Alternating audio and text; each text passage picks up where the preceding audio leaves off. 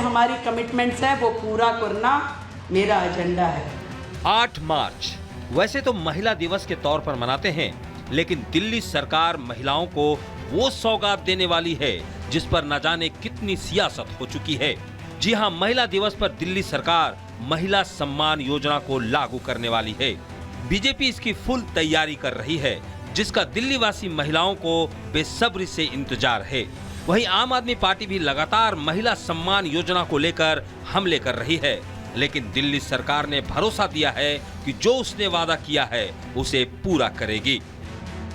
एक एक काम जो हमने सोचा है अपने इस क्षेत्र के लिए वो तो होना ही है। यमुना माँ की चिंता कर रही है जो न जाने किन के पापों का दंश भुगत रही है। हमें अपनी दिल्ली की स्वच्छता की, दिल्ली के प्रदूषण की, दिल्ली की सड़कों की, दिल्ली की शिक्षा की, दिल्ली के स्वास्थ्य की चिंता करनी है। महिला दिवस कार्यक्रम में बीजेपी अध्यक्ष जेपी नड्डा भी मौजूद रहेंगे। वहीं दिल्ली में 21 से 60 साल की महिलाओं को 2500 रुपए हर महीने दिए जाएंगे। 2500 रुपए प्रतिमाह उन महिलाओं को मिलेगा जिनकी आय 2.5 लाख से कम है। योजना का मसौदा मंत्रिमंडल की बैठक में पेश किया जाएगा। मुझे पूर्ण विश्वास है कि रेखा जी की लीडरशिप में बहुत अच्छा काम दिल्ली की सरकार करेगी और जो जो वायदे पार्टी ने सरकार से आने से पहले किए हैं लोगों से, वो एक एक करके सब वायदे पूरे होंगे। नरेंद्र मोदी जी ने द्वारका में एक रैली के दौरान गारंटी दी थी कि 8 मार्च को हर दिल्ली की महिला के खाते में 2500 रुपए क्रेडिट होना शुरू हो जाएगा।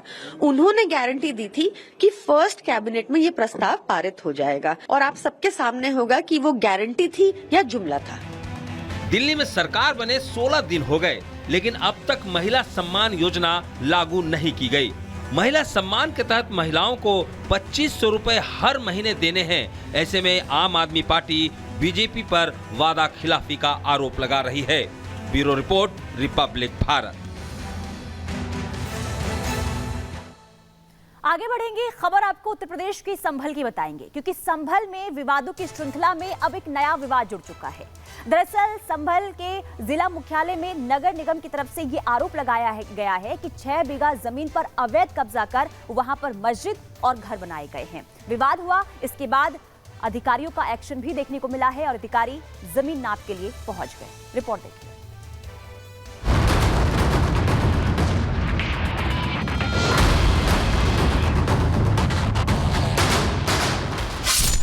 संभल में नया जमीन विवाद। नगरपालिका की जमीन पर मस्जिद। संभल बीती 24 नवंबर नहीं, पिछले 45 सालों से संभल विवादों की जद में रहा है। बस फर्क सिर्फ इतना है कि 24 नवंबर को हुई हिंसा के बाद संभल में कट्टरपंथियों का कबूलनामा बाकायदा सबूतों के साथ सामने आने लगा। एक बार फिर कुछ ऐसा ही हुआ।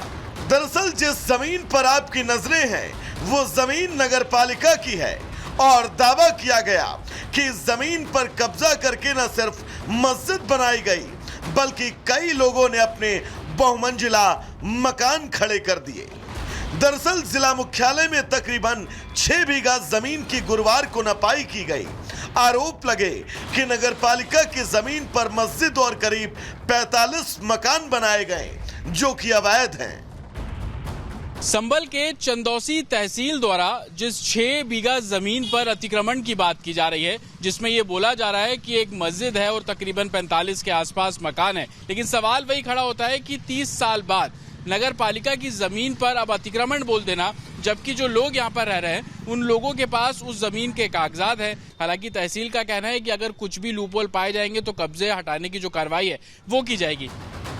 तो वहीं पैमाइश की जा रही जमीन पर बने मकान में रहने वाले लोग जमीन के कागजात दिखाते हुए नजर आने लगे। कब आपने ये मकान लिया? 1998 में। 98 में? जी। अच्छा, किससे खरीदा था आपने? हमारे वाले साहब ने खरीदा, जगह खरीदी थी, फिर हमने बनवाया है। लेकिन अब बोला जा रहा है कि ये तो नगर पालिका की जमीन है। तो फिर नगर पालिका जब से क्या कर रही थी, अब हमने मजदूरी कर करके इसमें पैसा लगाया है, कहाँ जाएंगे हम। पेपर्स हैं, देखिए ये पेपर्स हैं। लगातार जो उस समय घर खरीदे गए थे संभवतः उसके कागजात है। ये कागजात आपने दिखाए कल जो टीम आई थी उन लोग? जी, वो फोटो खींच के लेके गए हमारे कागजात के और मकान के भी। खैर, अब इस जमीन पर इस पर बने मकानों को लेकर जांच जारी है और प्रशासन ने फिर चेता दिया कि जो भी अवैध है वो सब टूटेगा। Bureau report, Republic Bharat. बात संभल के बाद बहराइच की कर लेते हैं, जहां कड़ी सुरक्षा के बीच 30 साल पुराने मदरसे पर बाबा का बुलडोजर गरजा है। पहले कोर्ट की तरफ से यह आदेश दिया गया, जिसके बाद पुलिस की मौजूदगी में ये बड़ी कार्रवाई की गई है। लेकिन आखिरकार उस मदरसे को गिराया क्यों गया है, इस रिपोर्ट में आपको दिखाते हैं।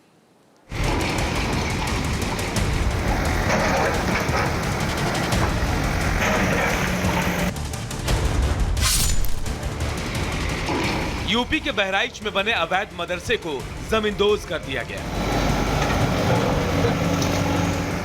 दरअसल बहराइच के बुलबुल निवाज गांव में खलियान की जमीन पर अवैध मदरसा संचालित किया जा रहा था, जिसे कोर्ट के आदेश के बाद प्रशासनिक अधिकारियों की मौजूदगी में ध्वस्त कर दिया गया। माननीय उच्च न्यायालय ने हमें ये आदेश दिया कि आप इसको धारा 67 की कार्रवाई करते हुए खलिहान भूमि, जो कि एक सुरक्षित श्रेणी की भूमि है, उस पर ये बना हुआ है, उसको हटवाइए। तो उसी क्रम में हमने ये अवैध अतिक्रमण को खाली करवाया है। बताया जा रहा है कि नानपारा में खलियान की जमीन पर यह मदरसा अवैध रूप से 30 साल पहले बनाया गया था। इस पर कार्रवाई के लिए कई बार पुलिस प्रशासन को चिट्ठी लिखी गई, लेकिन जब कोई कार्रवाई नहीं हुई तब जाकर फरियादी ने कोर्ट की शरण ली। ये आज का हाई कोर्ट में दायर की गई थी, मामला चल रहा था और जो ये बुलडोजर से मदरसा जो गिरा हुआ है, ये हाई कोर्ट के ही आदेश द्वारा गिराया गया है। और मदरसा सिर्फ ही नहीं है, खलियान में और भी मकान बने हुए हैं, वो भी गिरना चाहिए। मदरसे पर बुलडोजर चलने के बाद अब खलियान में बने दूसरे अवैध मकानों पर कार्रवाई की मांग उठ रही है और बहुत जल्द उन पर भी कार्रवाई होगी। Bureau report, Republic Bharat.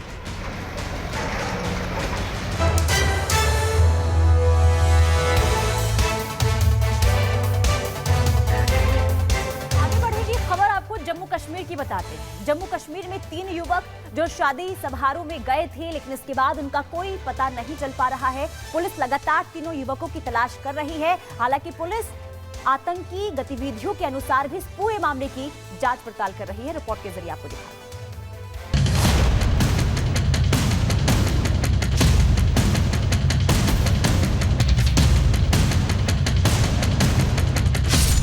जोगेश Singh, दर्शन सिंह, वरुण सिंह, ये वो लोग हैं जिन्हें अगवा कर लिया गया है, वो भी तब जब ये तीनों कठुआ में एक शादी समारोह में जा रहे थे। पिछले 24 घंटे से ज्यादा का वक्त हो गया है, लेकिन तीनों का अता पता नहीं है। जम्मू कश्मीर पुलिस और सुरक्षा बल बड़े पैमाने पर तलाशी अभियान शुरू कर दी है। कठुआ में 3 आम नागरिकों के लापता होने के तीसरे दिन भी लगातार सर्च ऑपरेशन जारी है। इस बीच जम्मू कश्मीर पुलिस के वरिष्ठ अधिकारी जो हैं वो बिलावर पहुंच चुके हैं। आपको बता दें कि बेहद ज़्यादा महत्वपूर्ण ये इलाका है, क्योंकि 3 सिविलियंस जो हैं वो यहाँ पर मिसिंग है।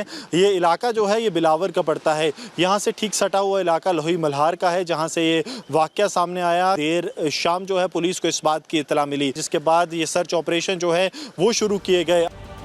वैसे इस घटना को लेकर आतंक से जुड़ा एक दावा सामने आया है। लश्कर समर्थित एक आतंकी समूह ने संदेश जारी किया है जो इस मामले में शामिल हो सकता है। हालांकि सुरक्षा बल और पुलिस हर पहलू से जांच शुरू कर दी है। अभी तक इन तीनों जो सिविलियंस हैं, जिनमें कि 2 की आयु 35 और 40 वर्ष है और एक जो है वो नाबालिग है, यानी कि उसकी आयु जो है 14 वर्ष है। अभी तक उनके लिए लगातार सर्च ऑपरेशन जारी है और इस बीच तमाम आला अधिकारी जो हैं जम्मू कश्मीर पुलिस के, वो इस वक्त बिलावर पहुंच रहे हैं ताकि इस जो बड़े पैमाने पर सर्च ऑपरेशन चलाया जा रहा है इसे मॉनिटर किया जा सके। पुलिस के आला अधिकारी जम्मू के बिलावर में डेरा डाले हुए हैं। ग्राउंड लेवल पर ऑपरेशन चलाया जा रहा है।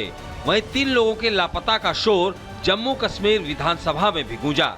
ऐसे में उम्मीद की जा रही है कि पुलिस जल्द से जल्द तीनों लापता युवकों को तलाश लेगी। Bureau report, Republic Bharat. और अब बात करेंगे होली के त्योहार की। होली का त्योहार जैसे जैसे करीब आते जा रहा है, अलीगढ़ मुस्लिम यूनिवर्सिटी वैसे वैसे विवादों के रंग में रंगती नजर आ रही है। दरअसल कैंपस के अंदर ही ईद मनाने की अनुमति दे दी गई, लेकिन होली मिलन कार्यक्रम की अनुमति नहीं दी गई है, जिसके बाद ये सवाल खड़े हो रहे हैं कि आखिरकार एएमयू दोहरा रवैया क्यों अपना रहा है। देखिए आप।